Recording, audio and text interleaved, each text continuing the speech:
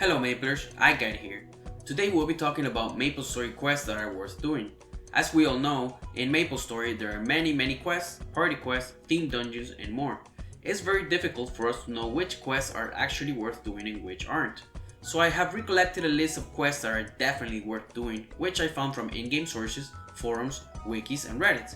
Have in mind, all the numbers shown, as in Mesos and rewards, are based on non-reboot servers. Usually, the recommended bosses stay the same in reboot, but the value of items, equips, and obtained Mesos and drops are different. So let's get to it.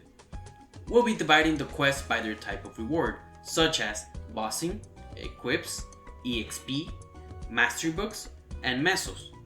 Feel free to click on one and skip directly to that section of the video, but if you're a true explorer, you might want to check them all out. First, we have bossing. There are many bosses in this game which aren't all necessarily useful. Here's a list of the ones you should be focusing on completing their pre-quests and doing them as much as you can. Have in mind we will not be explaining too much on the details of the pre-quest, but we will mention where to start it and the rewards you gain from defeating the boss. In no particular order, we have Chaos Sacrament, which we can start the boss without any pre-quest. We receive Aquatic Letter I and Condensed Power Crystal accessories, good for early game cubing. Next, we have Normal Rude Abyss, which are accessible after the Rude Abyss quest. Our basic benefit here is the possibility to drop Master Craftsman cubes, and it being the pre-quest for the Chaos bosses. Now the Chaos Rude Abyss, which are accessible after defeating each Rude Abyss boss 10 times, the best reward here is the fragments they drop, which can be combined to obtain level 150 Fafnir set. Next, we have Normal Pink Beam. We need to complete the Walking Down Memory Lane questline. It has the possibility of dropping the Pink Holy Cup, which will be the current best pocket item, especially if it drops with a nice flame with percent static. Next, we have the Chaos Pink Beam. The drop rate of the cup is much superior and more Mesos. It drops some boss gear, which honestly isn't so good. Normal Magnus requires to finish the entire Grandis HQ Reclamation quest. We can obtain Elite Elysium belts, which aren't so useful because they will be replaced by the drops of the Hard Magnus. Now Hard Magnus has a higher possibility of dropping Master Craftsman cubes and Tyrant Capes, which are pretty good for early game range increase. Next we have Normal Empress, which requires you to finish the Cygnus questline in future Hennessy's from NPC islands. The rewards are fragments which can be used to obtain level 140 Cygnus set. This set is not better than Fafnir set, but somewhat easier to obtain. Next we have the Normal Papulatus. Requires you to do the Papulatus questline started in Ludivrium Path of Time by NPC Flow. Has the chance of dropping a rare Papulatus mark, and also could drop a very cool chair. And Chaos Papulatus has a higher chance to drop the face accessory, chair, and cube. Now we have Hard Hilla. This does not require pre-quest, just being level 170 plus. The reward for this boss is unique. She can drop a useful pocket item, but not better than the Holy Cup. And most importantly, she can drop a pet black heart, which comes with Meso Magnet and an item pouch, which lasts for 3 months. Excellent for free-to-play users. Next we have Chaos Horntail. The pre-quests are started from the quest The Last Hour of Horntail from Moira. Nothing too important from this boss, just Mesos and good EXP at lower levels. The pendants might be useful if you still haven't obtained a Golem set. Next is Hard Ran Maru. Does not require any pre-quest. Could drop useful equips for Transfer Hammer, which always comes with epic potential. The Mesos are also decent. Normal Arcarium has the chance to drop the recipe for Dominator Pendant, which is a good endgame pendant if cubes and scrolled correctly. Mesos are decent as well. Next we have Hard Bomb Leon, which requires the completion of the Lionheart questline in Elnath. Drops very often good gear for new players, which in my opinion are the aesthetically coolest gear in the entire game. It's great for Anvil. Next we have the Hell Golems. This boss is where the difficulty ranks up. Might need good practice in a fire team with good communication to take it down. The Hell version drops gear from all 4 sets of golems, which the superior being very low chance but extremely expensive and endgame due to the amazing set effect. Next we have Normal Princess No. which requires completing the Heisen Temple questline in Momijigaoka. She requires a good team of people to defeat, that drops a higher level secondary weapons, which are good for late game queuing. Next we have Normal Daemon, which requires completion of the MapleHeros questline from the E-Reef conference room. Drops bonus potential cubes and drops stones required to obtain absolute gear, which are mid-game gear set.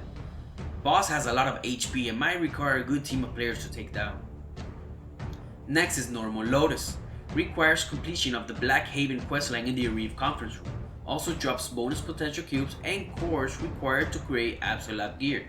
There are more bosses. Consider the end game bosses, which give excellent rewards, but these are very hard and require a full team of veterans to take them down. For the purpose of this video, we will not be including them due to their difficulty, high level requirement, and how improbable it will be to defeat them in early nor mid game funding stages.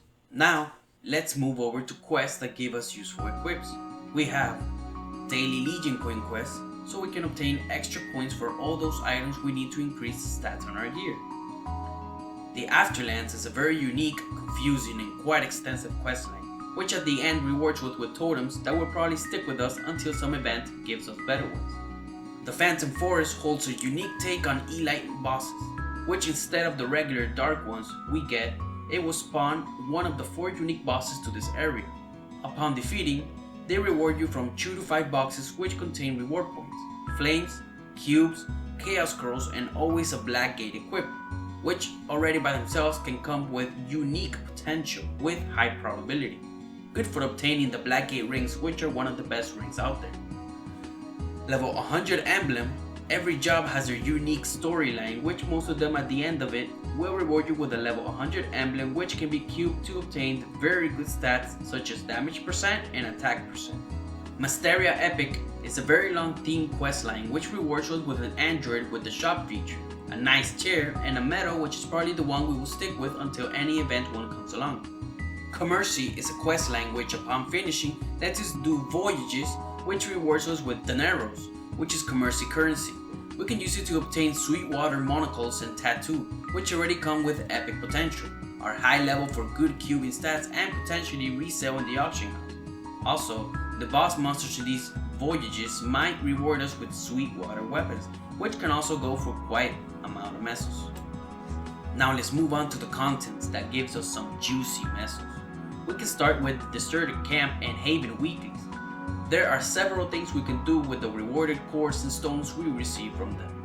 You can either save them up for when you're able to defeat Damien and Lotus so you can obtain absolute gear, or resell said cores and stones in the auction house, which have quite a decent pricing. Next we have Amoria Party Quest, which allows entry only to those who are married. Getting married requires 5,000 NX, so definitely not a free to play content.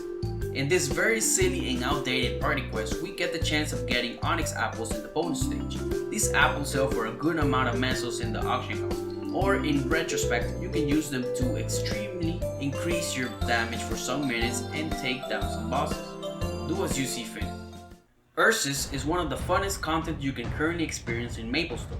The boss is extremely unique and not so easy to defeat.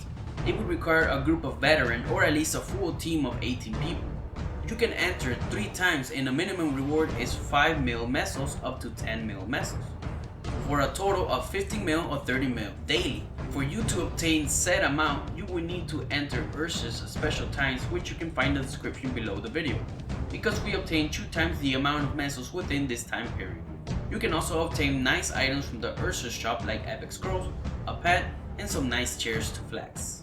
Now let's talk about Maplestory, which can be accessed through the dimensional portal. You can only do this daily dungeon with 1 character twice a day. Each time you complete, you gain a set amount of Mesos. You could earn up to 65 mil weekly. In the dojo, we get the chance to purchase a certificate to exchange 10k of our honored points into a tradable 10k honor medal usable, which can be sold in the auction house for a considerable price. And for last, the Monad questline is quite an extensive one, but at the end, we end up getting daily quests to complete, which in some cases can reward us with a good amount of Mesos. Have in mind, this is completely random. Now, let's talk about content for EXP. This content list will be based on calculations in training versus questing. In 90% of your Maplestory career, grinding and training is the fastest way to level up, but there are some certain little quests that very easily give us a good chunk of EXP, which you might consider to be useful leveling up those mules. First, we have the level 10 to 30 quests. Usually just completing them will jump you to level 30 in no time, in most cases faster than just training, depending on the job you choose, which make the low level quests vary. At level 199, we found a small little trick. Once you reach 50% at level 199, just open up your Maple Guide and go to Haven. Complete the first couple of quests, which are just dialogues and nothing more, and in around a minute, you'll obtain the remaining 50% to get to level 200. Quite a nice little skip. At level 30, we have something similar. In Golden Beach, we get quests that only required us to talk back and forth between 3 NPCs in Golden Beach and could give you around 2 to 3 levels depending on your current level. At level 145, you might feel kinda stuck due to training places not being so good, but the Kerning City Tower questline is very quick and easy to complete and will probably get you up to level 150 in just a couple of minutes. At level 165, we unlock the Omega Sector theme dungeon, which honestly isn't that great due to the annoying unskippable cutscenes, but the EXP from the monsters and quests are decent and that's your best training place anyway. Next we have Monster Park, which is something you might want to do daily. At level 105, it can level you up on each clear, and you can do it daily. Even on higher levels, you can gain from 50 to 20% each run, which are clearly very quick. Besides, the reward boxes we gain from them are very useful. And last, at level 100, once you job advance, you can go directly to Sakun Normal. Focus on defeating the arms first, then the body, and you might gain a couple of levels. If you mix it up with 2 times buff, MVP and more, you might get up to 8 levels in just one boss run. It's an insane little skip. And for last, this content will be focused on getting us mastery books. For new players, the amount of Mesos needed to max out our skills is too much for us to handle. So here are some content themed dungeons that give us enough mastery books to max out all our skills if you manage to complete them all. Most are quite long and extensive, but it's a good alternative to have in mind. We have the Lion King Castle, the Fantasy Theme World, Korean Folk Town, Golden Temple, Crimson Heart Castle, Grand Athenaeum, and Silent Crusade. All of them can be accessed through the Maple Guide from levels 110 to 130. Except for Silent Crusade, which can be accessed at level 90 from Jake in the current subway, but it's a very long quest which at the end gives many mastery books and potions. And that's it for this video. This is just a small recollection of some good content to be aware of, but I'm pretty sure most of you have some awesome new ideas and insight on other contents I might have missed. So go ahead and let me know in the comment section. We might do a second part if it turns out there are many more things I missed. This is iGuidez from MapleGuidePlus, and thanks for watching.